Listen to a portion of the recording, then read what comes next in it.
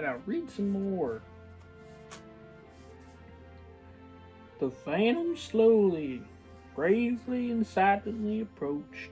When it came near him, Scrooge bent down upon his knee, for in the very air through which the spirit moved, it seemed to scatter gloom and mystery. It was shrouded in a deep black garment, which concealed its head, its face, and form, and left nothing of the visible save one outstretched hand.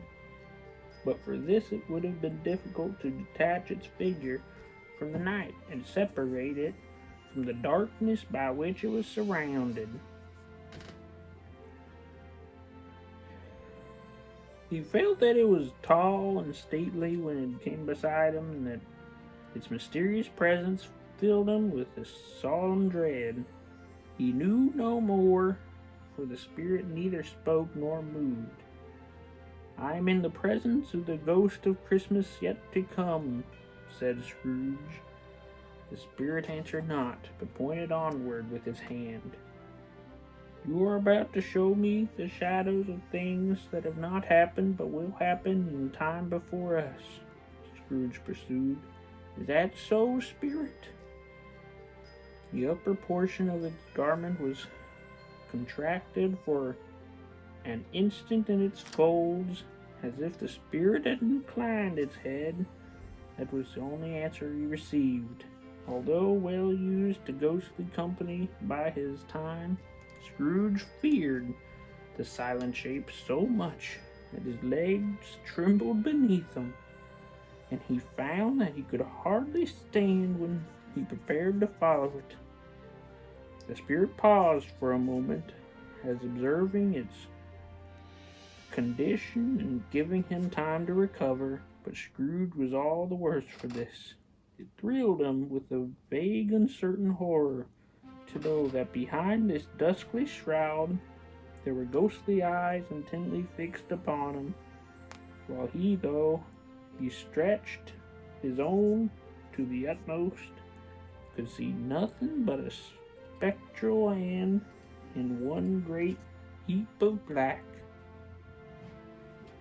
"Ghost of the future," he exclaimed, "I fear you more than any spectre I've ever seen. But as I know your purpose is to do me good, I hope to live to be another man from what I was. I am prepared to bear you company, and do it with a thankful heart. Would you not speak to me?" He gave him no reply. The hand was pointed straight before them. "Lead on," said Scrooge, "lead on. The night is waning fast, and it is a precious time to me, I know. Lead on, spirit." The phantom moved as it had come towards him. Scrooge followed in the shadow of its dress, which bore him up, he thought, and carried him along. They scarcely seemed to enter the city, for the city rather seemed to spring up about them, in compass of its own act. But there they were, in the heart of it.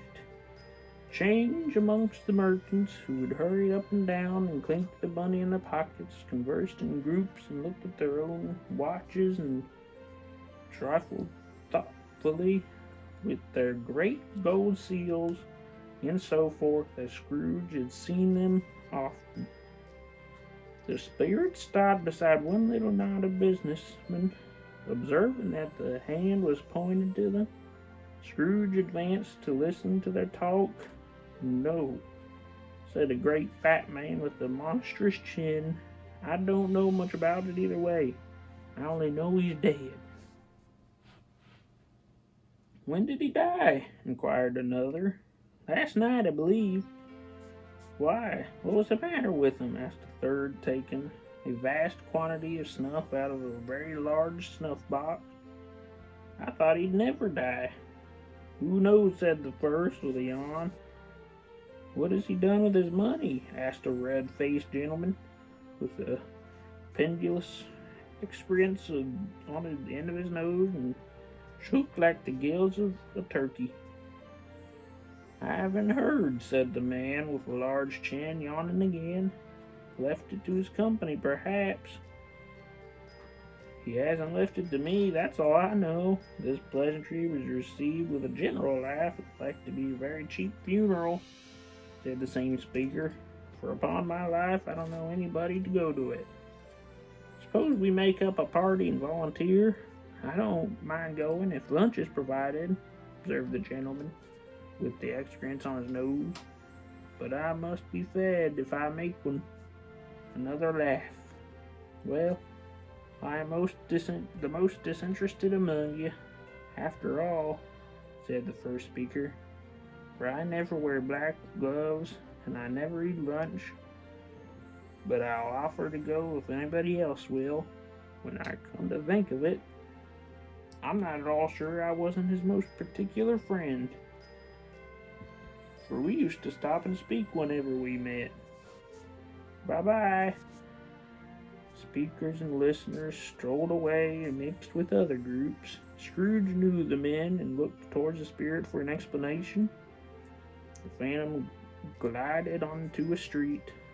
Its finger pointed to the two persons meeting. Scrooge listened again, thinking that the explanation might lie there. He knew these men also perfectly. They were men of business, very wealthy, and great importance. He had made a point always of staying well in their esteem, and from a business point of view, that is, strictly in a business point of view. How are you? Said one. How are you? Returned the other. Well, said the first, Old Scratch has got his own last. Hey? So I'm told, returned the second. Cold, isn't it? Seasonable for Christmas time. You're not a skater, I suppose. No. Something else to think of. Good morning. Not another word was their meeting, conversation, and their parting. Scrooge was at first inclined to be surprised that the spirit should attach importance to conversations so trivial. But feeling assured that they must have had some hidden purpose, he set himself to consider what it was likely to be. They could scarcely be supposed to have bearing the death of Jacob, his old partner, for that was past, and this ghost province was the future. Nor could he think of anyone immediately connected with himself to whom he could apply them, but nothing doubting whatsoever, or whomsoever they applied, they had some latent moral for his improvement. He resolved to treasure up every word he heard, and everything he saw, especially to observe the shadow of himself when it appeared, for he had an expectation that to conduct his future self would give him the clue he'd missed, would render the solution of these riddles easy. He looked about in the very place where his own image but another man stood in his accustomed corner. Through the clock pointed to his usual time of day being there, he saw no likeness of himself among the multitudes that poured in through the porch. It gave him little surprise, however, for he had been revolving in his mind a change of life, and thought he hoped he saw his newborn resolutions carried out in this. Quiet and dark beside him stood the phantom with its outstretched hand.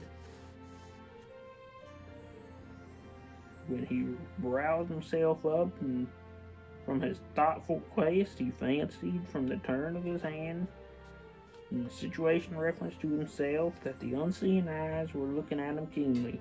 It made him shudder and feel very cold.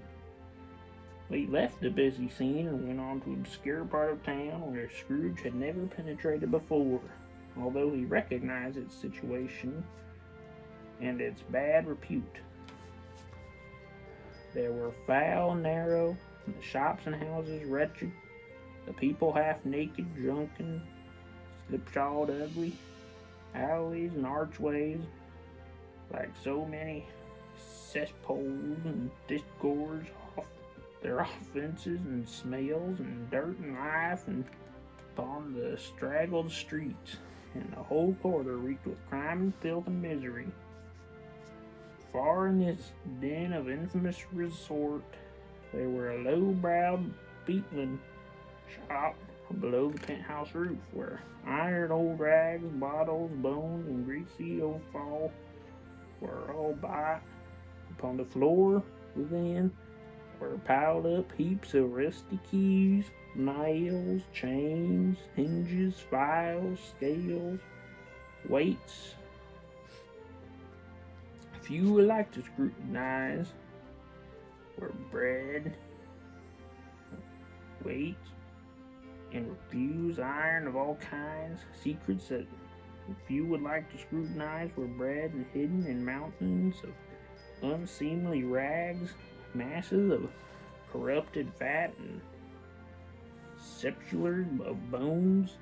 Sitting in among the wares he dealt in, by a charcoal stove made of old bricks, was a gray-haired rascal nearly 70-year-old age, who screened himself from cold air without by frowsy curtainings of miscellaneous tatters hung upon a line, smoked his pipe in all the luxury of calm retirement. Scrooge and the Phantom came into the presence of this man just as a woman with a heavy bundle slunk into the shop. But she had scarcely entered when another woman, similarly laden, came in too, and she closely followed by a man in faded black, who was no less startled by the sight of them than they had been upon the recognition of each other. After a short period of blank astonishment, in which the old man with the pipe had joined them, they all three burst into a laugh. "Let the chairwoman alone be the first," cried she who had entered first. "Let the laundress alone be the second, and let the undertaker's old man alone be the third. Look here, old Joe, here's a chance. We haven't all three met here without meaning it. You couldn't have met in a better place," said old Joe, moving his pipe from his mouth. "Come to the parlor. We made free long ago, you know, and the other two aren't strangers. Stop till I shut the door of the shop. Ah! How it shrieks! There ain't such a rusty bit of metal in the place as its own hinges. I believe, and I'm sure, there's no such old bones here as mine. We're all suitable to our calling. We're well matched. Come to the parlor, come into the parlor." Parlor was a space between the screen of rags. The old man raked the fire together with an old stair rod, and having trimmed his smoky lamp, the stem of his pipe, and put it in his mouth again. While he did this, the woman who had already spoken threw her bundle on the floor and sat down in a flaunting manner on a stool, crossed her elbows and knees, and looking with a bold defiance at the other two. "What odds, then? What odds, Miss Dilber?" said the woman. "Every person has a right to take care of himself. He always did." "That's true indeed," said the laundress. "No man more so. Why then, don't stand staring as if you was afraid. Woman, who was the wiser? We're not going to pick holes in each other's coats, I suppose." "No, indeed, said Miss Dilber and the man together. "We should hope not." "Very well, then," cried the woman. "That's enough. Who's the worse for the loss of a few things like these? Not a dead man, I suppose." "No, indeed," said Miss Dilber, laughing.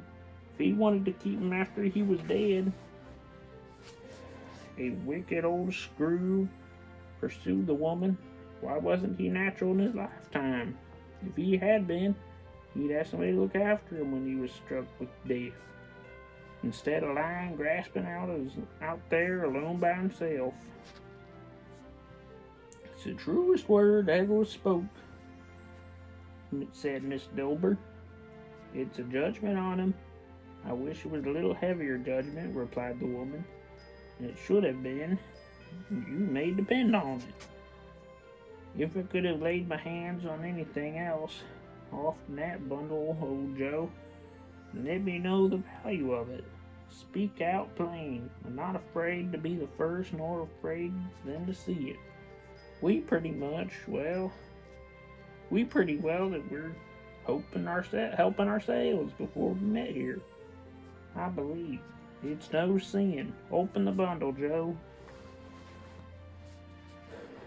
But the gallantry of our friends would not allow this, and the man in faded black, mounting the breech first, produced his plunder. It was not extensive, a seal or two, a pencil case, a pair of sleeve buttons, and a brooch of no great value were all. They were severely examined and appraised by old Joe, who chalk-taught the sums he was disposed to give for each upon the wall, adding them up into a total when he found there was nothing more to come. That's your account, said Joe, and I wouldn't give another sixpence if I was boiled for not doing it. Who's next? Miss Dilber was next. Sheets and towels and little wearing apparel, 2 old-fashioned silver teaspoons, a pair of sugared tongs, and a few old boots. Her account was stated on the wall in the same manner. I always give too much to ladies. It's a weakness of mine, and that's why I rule myself, said old Joe. That's your account. If you ask me for another penny, I made it an open question.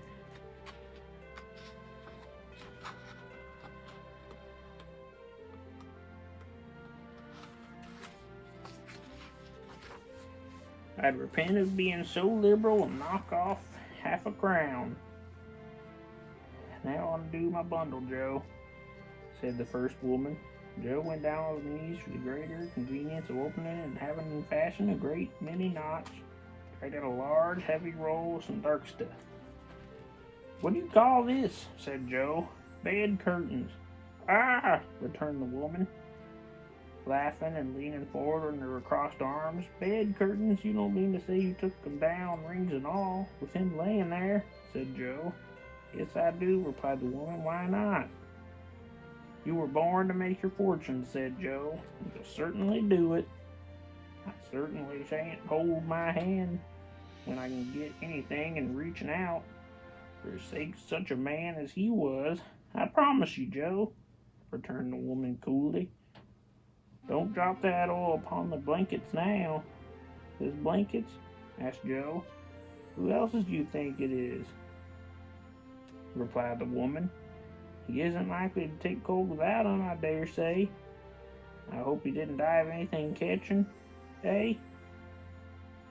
Said old Joe, stopping in his work and looking up. Don't you be afraid of that. I ain't so fond of his company that I'd loiter about him for such things if you did. You may look through that shirt till your eyes ache, but you won't find a hole in it, nor a threadbare place. It's the best he had, and a fine one too. They'd have wasted it if it hadn't been for me. What do you call wasting of it? Asked old Joe. Putting it on him to be buried in. To be sure, replied the woman with a laugh. Somebody was fool enough to do it, but I took it off again. If calico ain't good enough for such a purpose, it isn't good enough for anything. It's quite as becoming to the body. You can't look uglier than he did in that one. Scrooge listened to this dialogue in horror as they sat and grouped about their spoil in the scanty light afforded by the old man's lump. He viewed them with a detestation and disgust which could hardly have been greater, though they had been obscene demons, marking the corpse itself. Ha ha! Laughed the same woman when old Joe produced a flannel bag with money in it, told out their several gains upon the ground. This is the end of it, you see. He frightened every one away from him when he was alive to profit us when he was dead. Spirit, said Scrooge, shuddering from the head to foot. I see. The case of this unhappy man might be my own. My life tends that way now. Merciful heaven, what is this? He recoiled in terror, for the scene had changed. Now he almost touched a bed, a bare, uncurtained bed, in which beneath a rag sheet there lay something covered up, which, though it was dumb, announced itself with an awful language. The room was very dark, too dark to be observed with any accuracy, though Scrooge glanced round it, and in obedience to a street impulse, anxious to know what kind of room it was, a pale light rising in the outer air fell upon the bed, and on it, plundered and barefoot, unwashed, unwept, uncared for, was the body of this man. Scrooge glanced toward the phantom. Its stealthy hand was pointed to the head. The cover was so carelessly adjusted that its slightest raising of it, the motion of the finger upon Scrooge's part, would have disclosed its face. He thought of it, felt how easy it would be to do, and longed to do it, but had no more power to withdraw the veil than to dismiss the spectre at his side.